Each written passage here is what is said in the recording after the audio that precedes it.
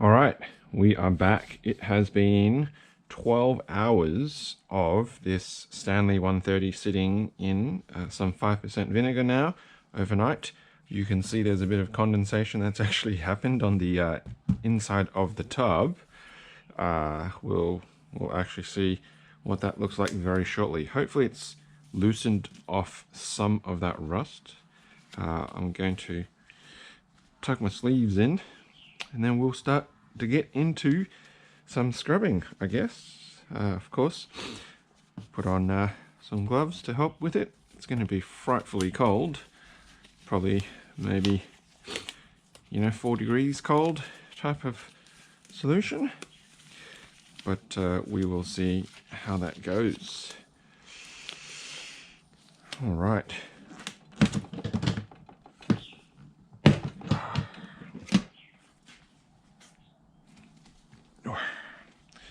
Okay, well, we can definitely see there's a bit of a reaction still going on, because there are definitely bubbles forming underneath.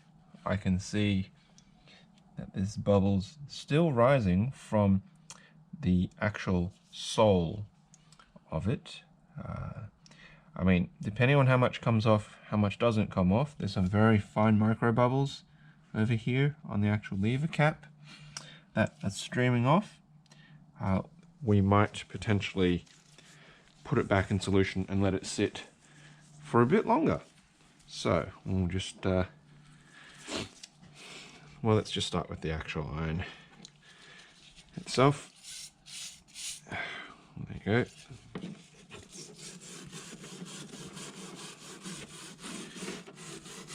A good amount is definitely coming off. Look at that.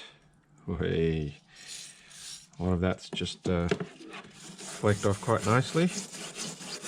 And yes, it is very cold. It's just a very quick, light scrub, and a lot of those flat surface oil that is very cold is coming off really well. That is, look at that. Wow, that's real good.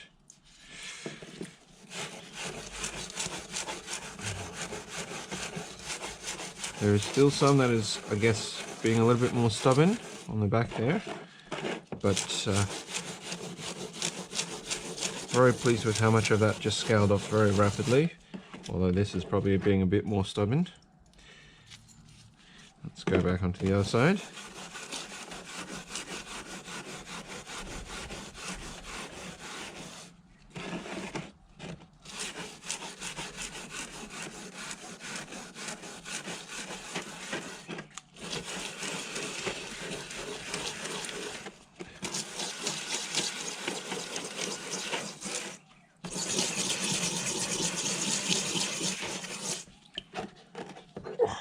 Fingers are killing me right now.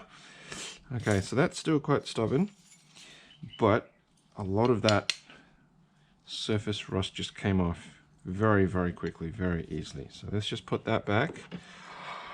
It's so cold. All right, onto the nut here. This wheel, spindle, whatever it's formally called. A little bit more of an odd shape to deal with, but look at that. That came off really easily. Unexpectedly so.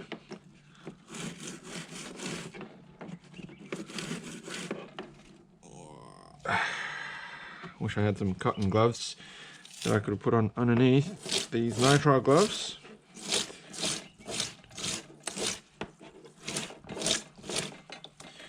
Okay, so one side of it cleaned up really well very quickly, and the other side's a bit more stubborn.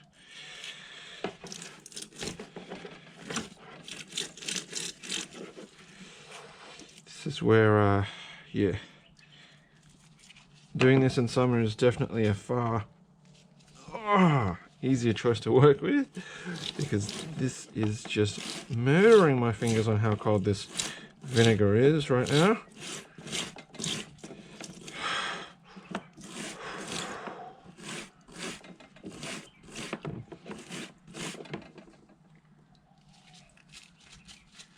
Yeah,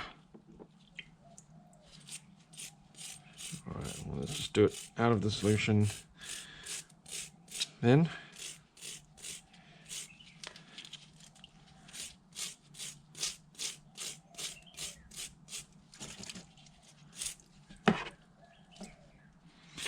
Okay, so a lot of that is cleaning up really easily now, on the outside of the wheel anyway. We can see that's coming off.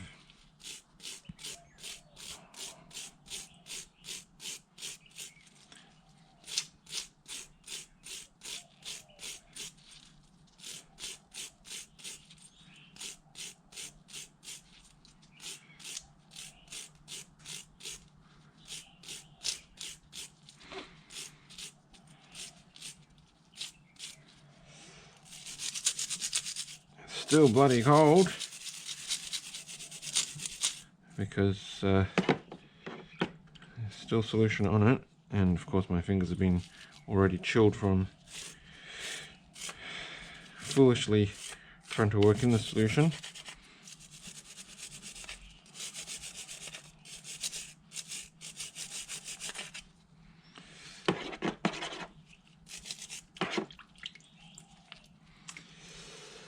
Alright, so there's still a bit there that's being a little bit stubborn. Not crazy stubborn, but yeah, just pop that back. Let's have a look at how the lever cap's going to go.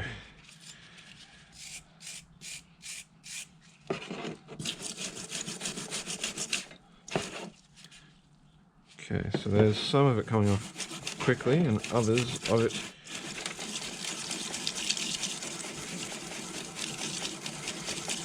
a bit more elbow grease there. Yeah, so that's okay. Very similar.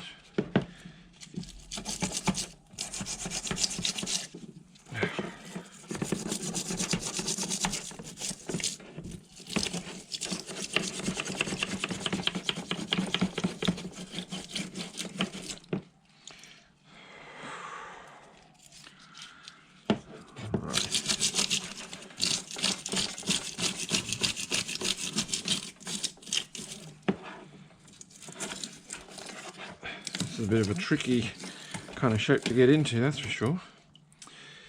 So it's kind of working for where I can get it in, but I'm not sure if I've got anything that's small that's going to get in there easily. Might have to get in there with a bit of sandpaper type of thing.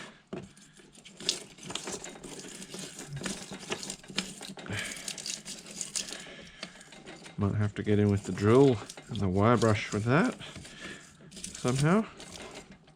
Okay, but a lot of that is loosened up quite nicely, so that's good. And then onto the outside.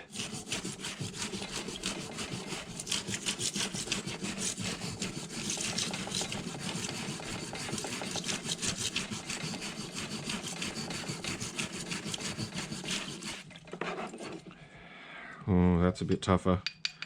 That's more like what's happening on the actual iron itself. That's a bit more heavy set in not wanting to come off as easily on some of that.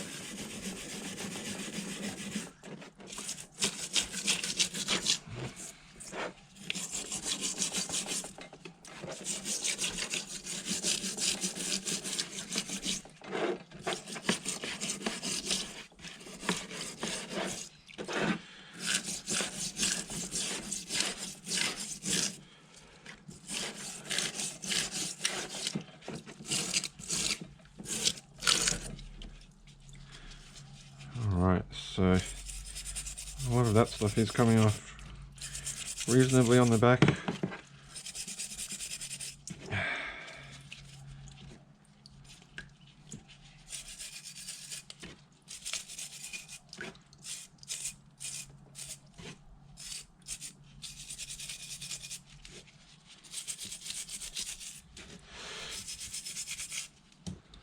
Okay. Well, that front bit can soak for a bit more, I suppose.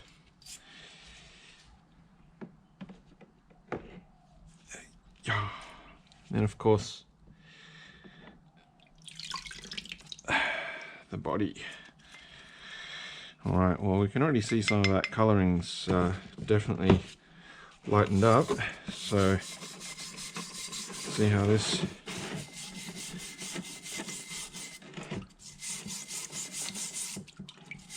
Oh, yeah. That's right. Clean up, clean up.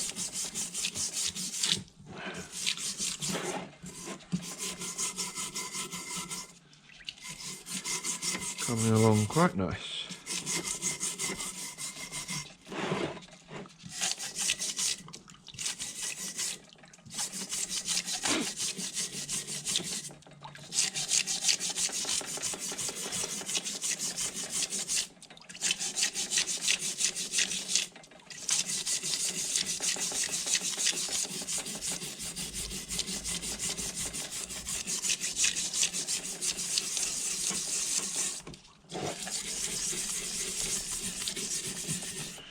Alright, so some of that's being a bit stubborn, but it is the thicker bits.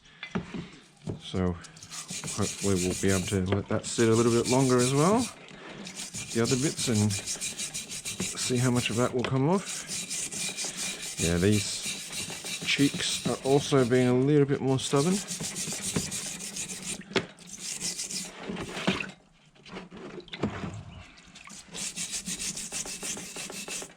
So I guess using the vinegar method is a bit more gentle, because there are other chemicals out there for rust removal.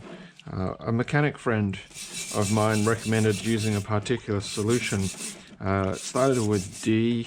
It was a chemical product, and it was actually a mixture of, you know, acids, including phosphoric acid. And apparently, you know, it's very effective. I don't doubt that it's very effective, but when you read the instructions, due to the strength and the compounding of it, you have to work extremely quickly. It tells you to apply it, and then you have to remove it in 3 minutes. And then you have to clean it in a certain way and wash it and rinse it and use, you know, 2 clean cloths within a certain time frame. It was all very hazardous sounding. And with something like that, due to how fast it's working, due to the strength of it, it's a bit concerning, because if you don't do it within that time frame, it's going to start eating the metal. And, you know, for the purposes of a restoration activity like this, you want to go slow. You want to go gentle. You want to take your time and make sure that you're going to, you know, not be just accidentally forgetting about it, chewing away the metal, dissolving it like, you know, crazy. And the other aspect is, like, I didn't want to use that kind of stuff because of the kids. So, look, this is vinegar. It's strong vinegar, that's for sure. You know, 5%, 6% cleaning vinegar. You certainly don't want to really get it on yourself, but it's definitely nowhere near as bad as something that tells you got to remove it within 3 minutes, right? So, there are some of the reasons why, if you say, oh, well, but there are things that work better than just vinegar and scrubbing, but there are other reasons behind why somebody like myself might choose to do it like this rather than, you know, use something like that. Now, the other thing that I could try, which I might do, you know, for any future restorations, is electrolysis. So yeah, I mean, I know I can use electrolysis. I do have my variable power supply, so I can put a salt solution into that and give that a try. And I've also got my ultrasonic cleaner over in the pile somewhere there that I can dig out to try cleaning small parts with too, if it fits inside the bath. Okay, wow. There is some heavy duty corrosion in here. The actual bar here is extremely corroded. Extremely corroded. It's just got a massive chunk out of the top of that. Yeah, that'll be interesting. I don't even know how I'm going to get in here, because that's one of the bigger challenges, is getting inside that space to clean it.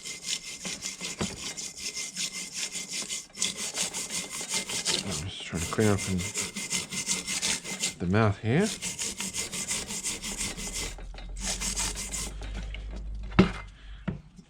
Put it in.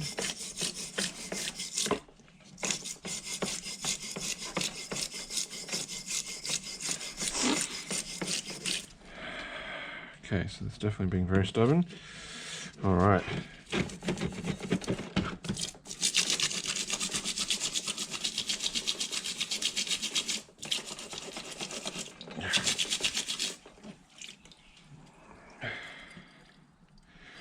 All that Japanning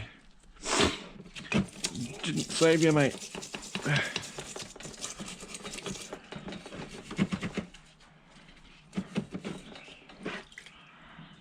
Freezing my fingers off. My fingers are so numb, I can't feel them at all.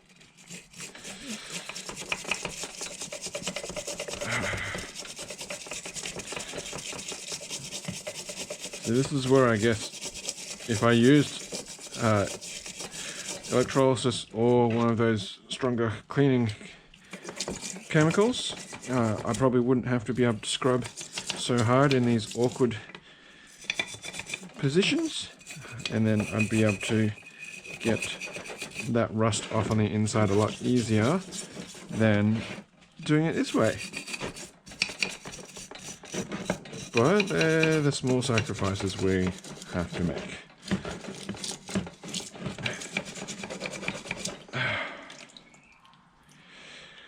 Yeah, so I suspect either I'm going to have to get some even smaller brushes, which is not impossible to do, or I will be getting in there and attacking it with sandpaper, noting I can fit my finger in there, that finger not so much, but you know, if I fit my pinky in with a bit of sandpaper or a sanding sponge, I'd be able to get in there and sort of get into some of that space that right now the brush is not going to have a good time getting into. Yeah, that's not going to work very well. All right, but there is still quite a lot of corrosion hanging about, so that is something that I will have to deal with. I can leave it to soak a bit longer, and then I will be able to get into it some more and try and get rid of more of what's actually being exposed by taking some of that surface rust off.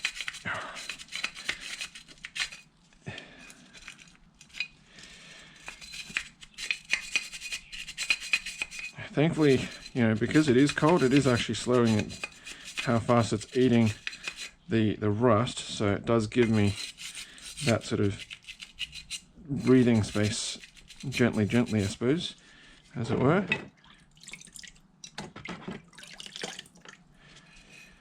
Yeah.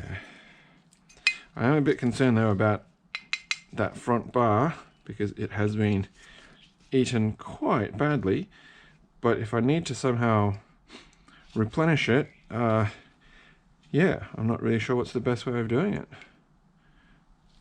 Well, as long as it will actually hold some tension against it, then it should be okay. If it's not usable and it's just a display piece after I can clean it up, then so be it. So be it. Alright, well, what I'm going to do now is I'm just going to put that back in. It's very murky now. And where's the... Okay, so there's the iron. And that's where you were floating. Whoop. And you're in there as well. Okay, we're going to let that sit for a little bit longer, and we'll see how much of a difference that will make for it in later today. All right, so I think that's going to be it for now. I'm going to take that off. Whew. That is frightfully cold. Frightfully cold. Okay, well, yeah, I don't know how I'm going to splice these bits. I don't know if I'm going to show the struggle that is to clean this up, but at some point in time we'll be back with or without all of this mess, and hopefully with a much cleaner looking 130 block plane that we can put together. I don't know, maybe I'll sharpen it in between. We'll just see how things go. And yeah, check out the final results at some point. All right, that's it. Bye-bye for now.